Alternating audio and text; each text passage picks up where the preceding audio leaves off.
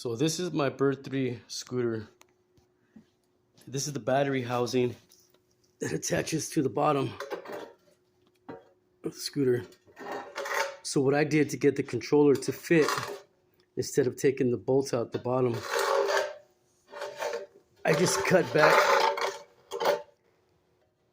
the battery housing part.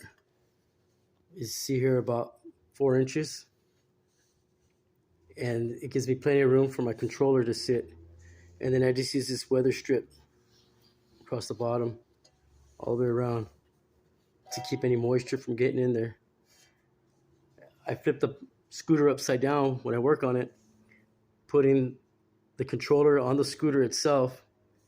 And then when I slide the battery back in here, I push the battery far up as possible, so it sits pretty close to this line here where it attaches to the front. And that gives me plenty of room back here to put the controller, so it sits perfectly.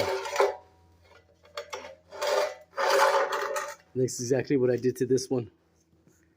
But this one here also, I have a connection here to run a second battery.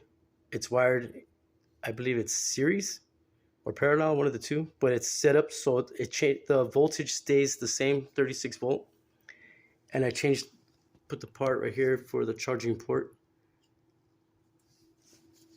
I also got my light hooked up, but I put a brighter headlight in the front because this light here is not bright enough. So I put me a nice big light right here in the front. Painted it a little bit. Got my 3-speed switch hooked up. And this is all thanks to P&J Scooters. You gave good tips.